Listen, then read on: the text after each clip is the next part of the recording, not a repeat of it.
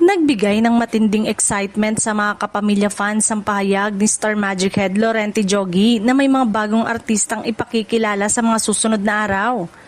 Ayon sa kanya, bukod sa fresh faces na handang pasukin ng mundo ng showbiz, may mga kilalang personalidad rin na nakatakdang magbalik sa ilalim ng ABS-CBN.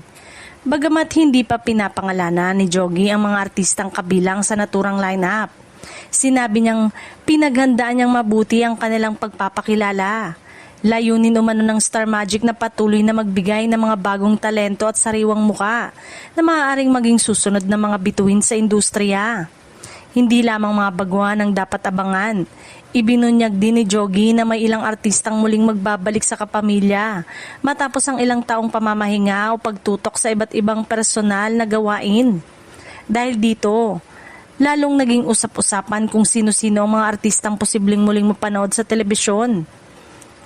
Agad namang naging aktibo ang mga netizen sa social media sa panghuhula kung sino ang mga fresh faces at returning stars na tinutukoy.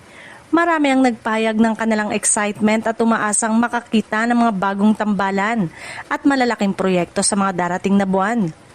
Patuloy namang pinalalakas ng Star Magic ang roster ng kanilang mga artista sa pamamagitan ng paglinang sa mga bagong talento at pagbibigay ng panibagong oportunidad sa mga nagbabalik na performers.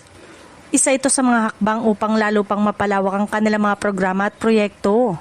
Sa ngayon, nananatiling tikom ang bibig ni Laurente Joggy sa buong detalye. Gayunpaman, tiniyak niyang hindi na magtatagal at opisyal nang makikilala ng publiko ang mga bagong kapamilya artist na inaasang magdadala ng panibagong sigla sa ABS-CBN.